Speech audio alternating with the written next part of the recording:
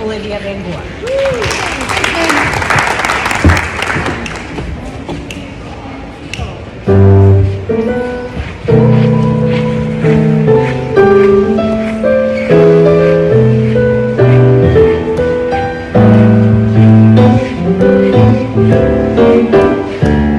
Grab your coat and get your hat. Leave your worries on the doorstep. Just direct your feet to the sunny side of the street. Can't you hear the pitter-pat? And that happy tune is your step. Life can be so sweet on the sunny side of the street. I used to walk in the shade with those blues on parade, but I'm not afraid. These rovers crossed over. If I never had a cent, I'd be rich as Rockefeller. Gold dust at my feet on the sunny, sunny side of the street.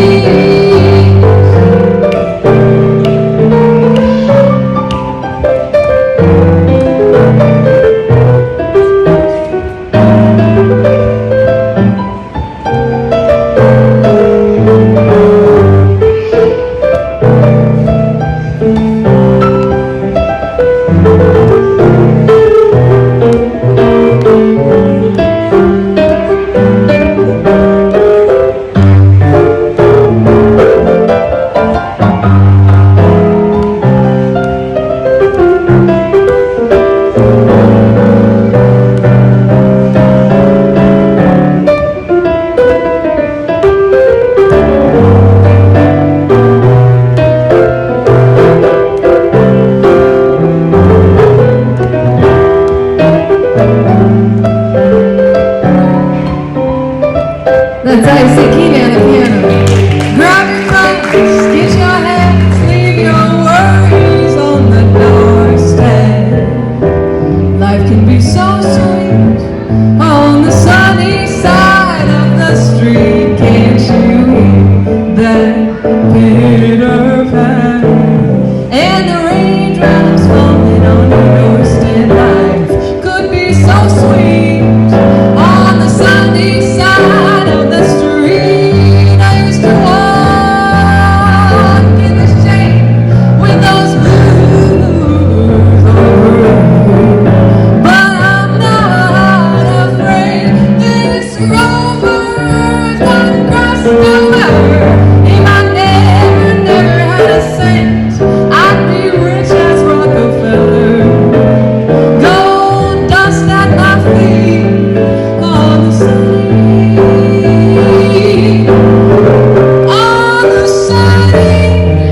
on the sunny side of the street.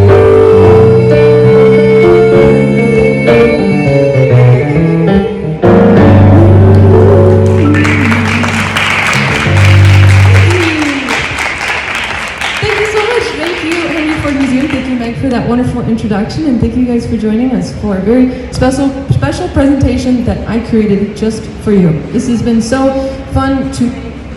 This keep cutting out. Let me just make sure. Okay. But this is a about 40-minute or so presentation about 9 different women that influenced early jazz history.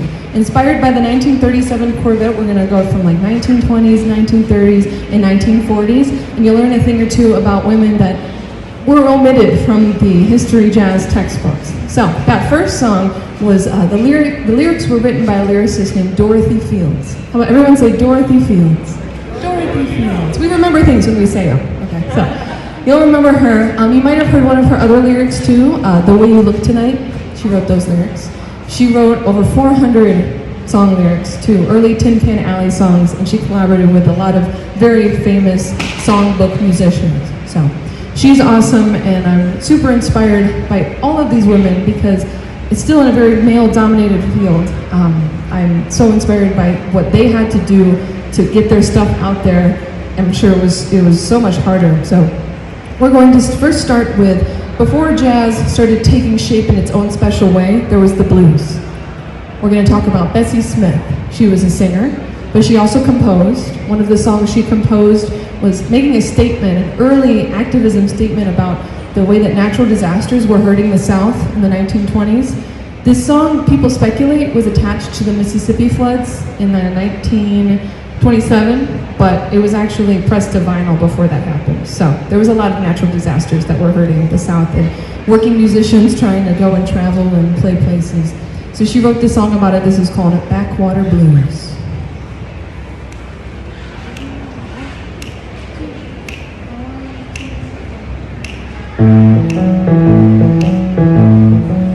When it rained 5 days and the sky turned dark as night. When it rained 5 days and the sky turned dark as night. Then trouble's taking place in the low, low lands at night. I woke up this morning, can't even get out my door. I woke up this morning, can't even get out my door. There's enough trouble to make a poor girl wonder where she wanna go.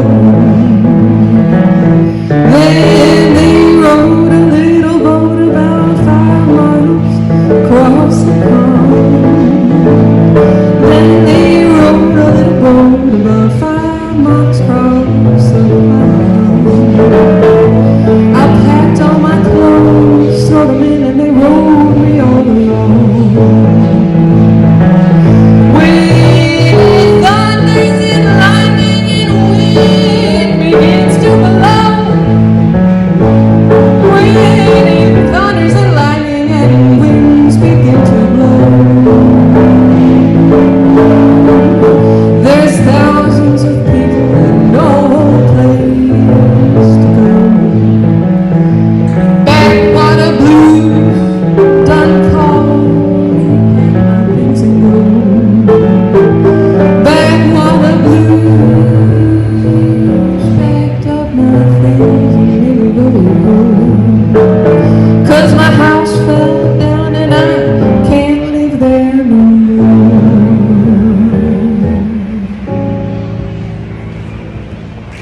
Thank you. It's Bessie Smith's song. Everyone say Bessie Smith. Bessie Smith. Oh, come on. Bessie Smith. There we go. Okay, we'll remember her.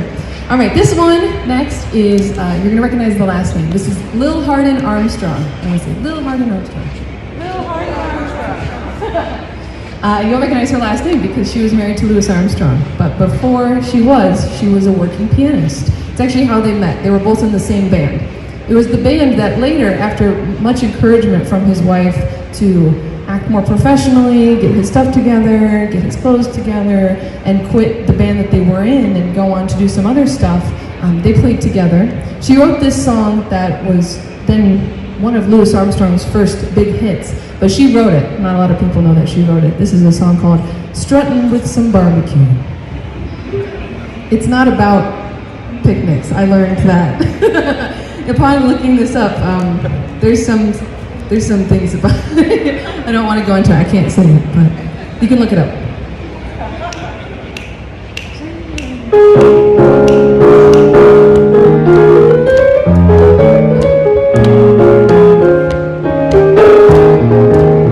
Strung with some barbecue, singing with a band, like happy people do, way down in Dixieland. Hear the old trombone and the trumpet and love to hear the lick while I do my picking on a juicy rib while I'm struggling with some barbecue.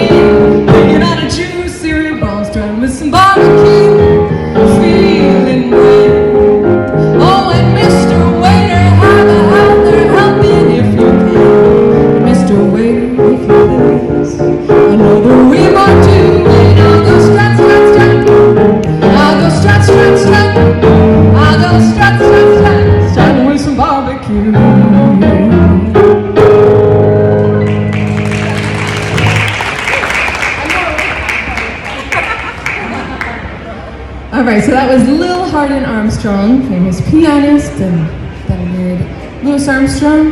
There was a theme here when I started looking up some lesser-known women. They have like a famous, either the person that they married or a person that they knew. So this next one, you're going to recognize the last name, but this is Blanche Calloway. I'm going to say Blanche Calloway. Blanche Calloway. Anyone have a guess of who her brother was? Cab Calloway, that's right. So Blanche was Cab Calloway's older sister. She was in the business first. She kind of helped him along and suggested. She was also like an inspiration to him. There is recorded evidence that she said "Heidi, Heidi, Heidi, Heidi" first. Then that was his thing later. But there was no resentment. They supported each other. It's just his career went a certain way, and she had a lesser-known career. But she did make her mark. It was Blanche Calloway and her Joy Boys was her band. It was really cool because it was one thing to be an artist, be a singer, but to also be the one in charge of the band and take on the role of band leader was a whole different thing. So she's one of the first people that did that. She's got a really cool song. She was also known for her storytelling, which is what you're going to hear. But this song that she wrote was also recorded in the last couple years by another singer named Cecile McLaurin-Sauvant. So I found that version as well. And she likes the theatrical stuff, so I can tell why she liked this song. This is now the story of Growlin Dan.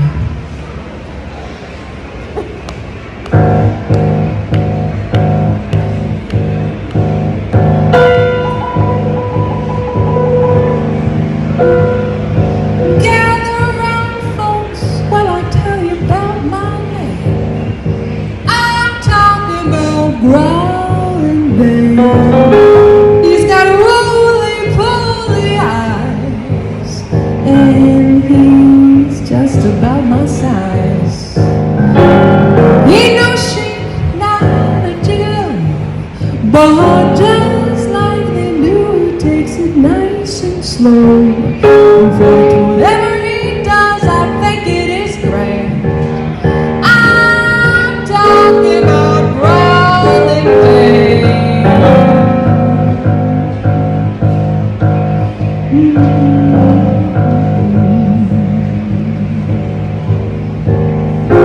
Minnie the Moocher, she met my Growlin Dan. She shook her staff and tried to steal my man. She told him of a dream she had of the King of Sweden, and how he was giving her everything she was needing. Now my dad is mean, but she's on the square. So he told old Minnie to take the hand. He said, howdy, howdy, ho, hi, hi. Minnie, I'll see you on the by and by.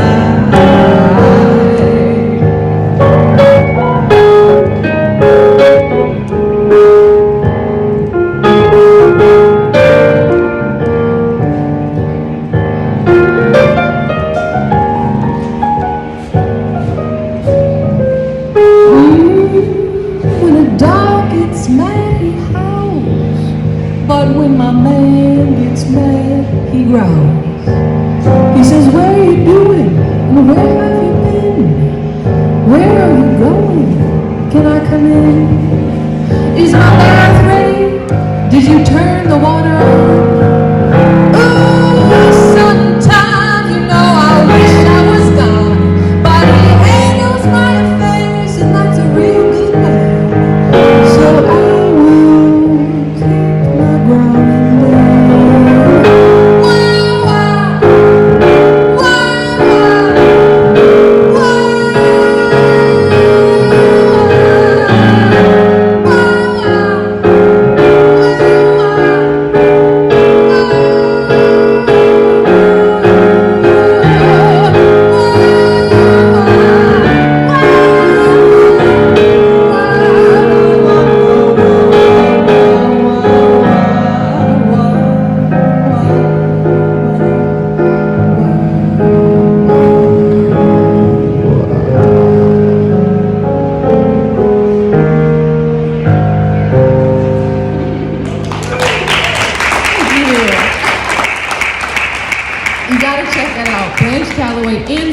Lauren Salvant's version, they both can do like a very cool growl thing with their voice that I think I had too many classical voice lessons that I can't like get myself to do that, but they do it so well. It's such a fun song.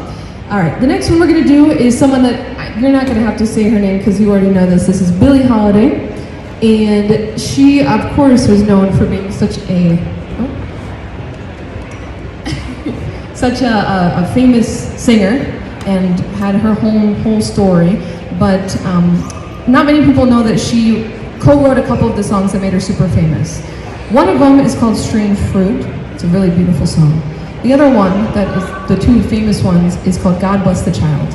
We're going to do God Bless the Child, and this one especially is one of my favorites because I recorded it, and I learned it very early on when I started my career when I was, well, first I learned it when I was in high school, and then when I started trying to gig and stuff, it was one of the songs that I knew super well, so I just did it over and over and over again, which is why I knew I wanted to record it.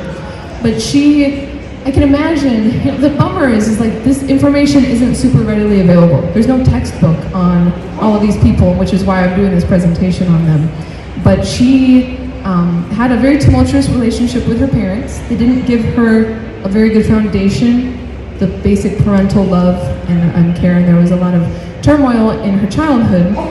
But she had a complicated relationship with them because while they didn't support her then, the minute she got very famous, she tells stories of her mom knocking on her door, saying, "Can I get some of that money?" type of thing.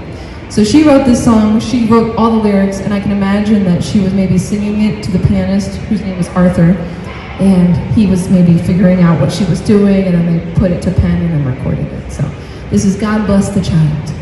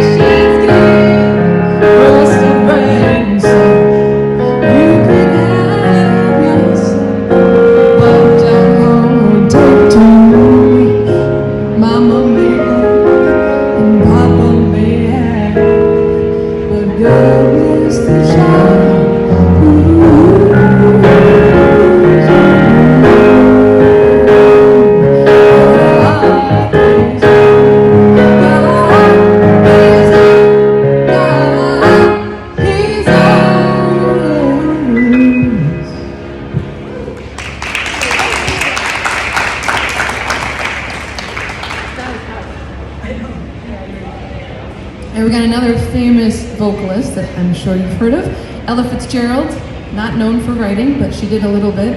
And like I said, it's not super easy information to find. So kind of in the spirit of, I don't know, this whole project, I found conflicting information whether or not she did contribute to writing this song or not, but I'm gonna decide she did.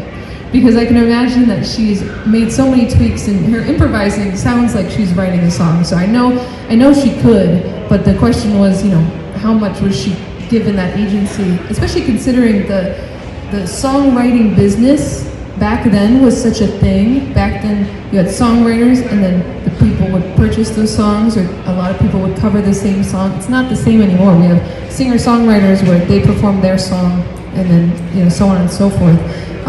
But one of Ella's first big hits was based off of a nursery rhyme. This is called A Tisket, A Tasket, and I like to say that she co-wrote it.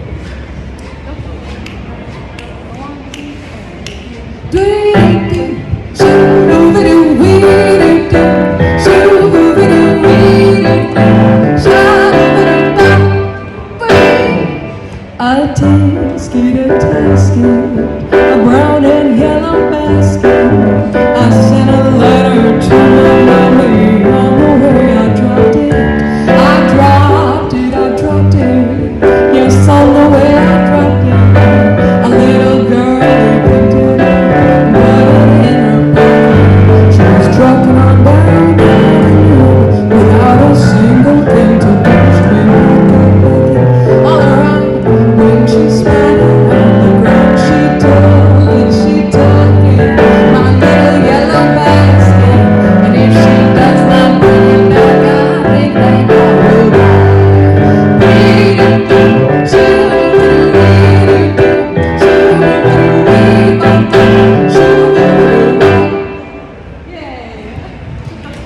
That's a little shorty one for you. Making sure I can squeeze all this good information in. All right, so I mentioned the different ways, the different roles that women played in early jazz, but one that when I heard this information, I just couldn't even believe it that we don't know more about this person. There was a pianist in the 1940s that would hold these like regular sessions of call it like a salon or something, and would teach the young musicians of the time. That wasn't, I've heard of that being a thing, but she mentored Thelonious Monk, Bud Powell, Charlie Parker, and Dizzy Gillespie, and so many more. But they all four credit their information, like a lot of the early stuff that they learned, to her. This is Mary Lou Williams. She wrote this beautiful song called What's Your Story, Morning Glory. Ella Fitzgerald covered it. I really enjoyed that version. And we're going to do that tune for you now.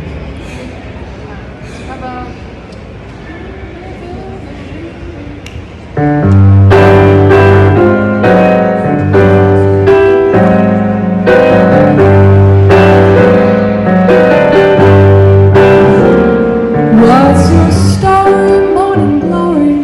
What makes you look so blue? The way that I've been acting, I don't know what to do. For I love you, sure as 1 and 1 makes 2. What's your story, morning glory? Got a feeling there's a lot you're concealing. So won't you tell me that you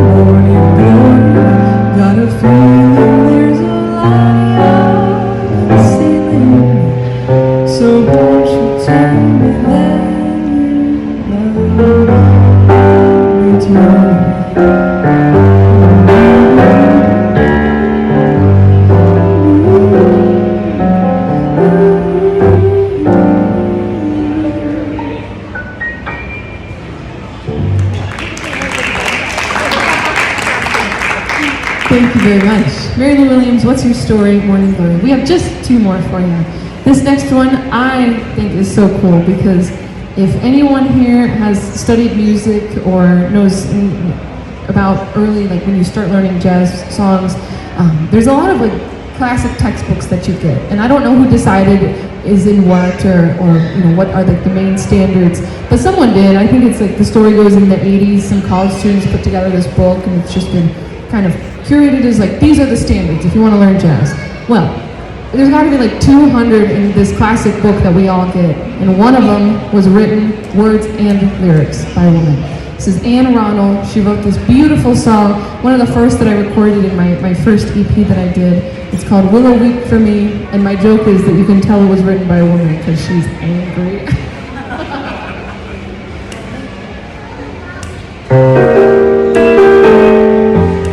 I want to know who wronged her.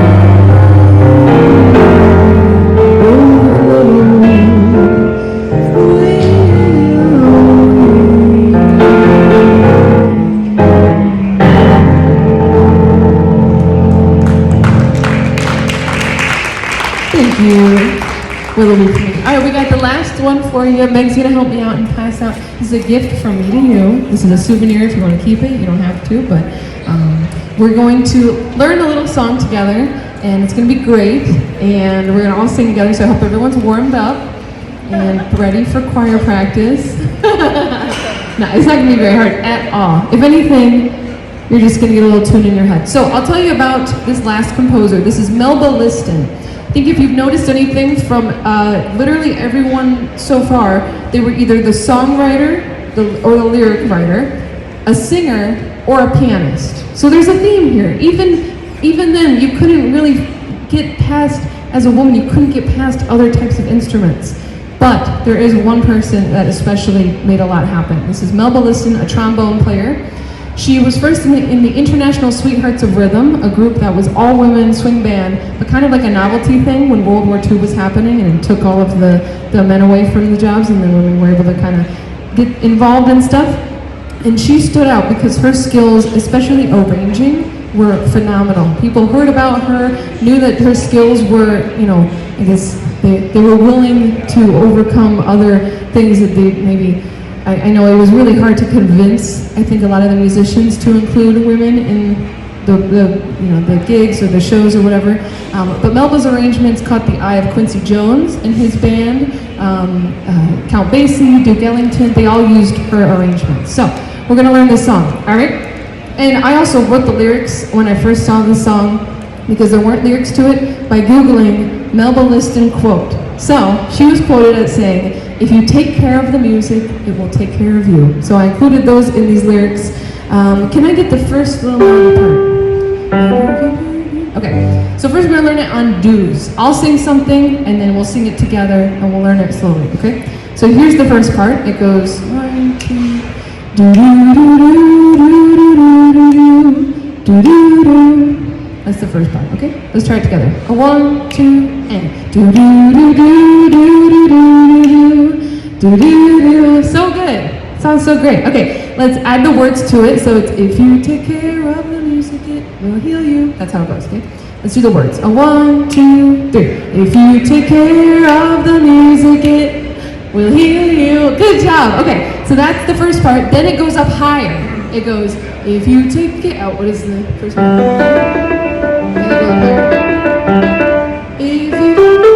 Okay, so the higher part goes, if you take care of the music, it will heal you. Like that. So let's try the higher part. 1, 2, 3. If you take care of the music, it will heal you. Good job. Okay, then it goes back down, and then the last part is, if you take care of it, it will take good care of you.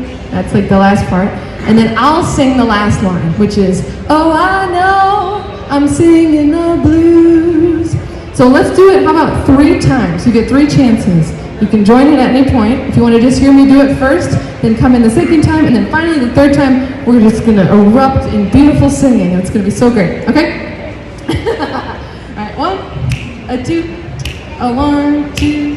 If you take care of the music, it will heal you. If you take care of the music, it will heal you. If you take care of the music, it will heal you.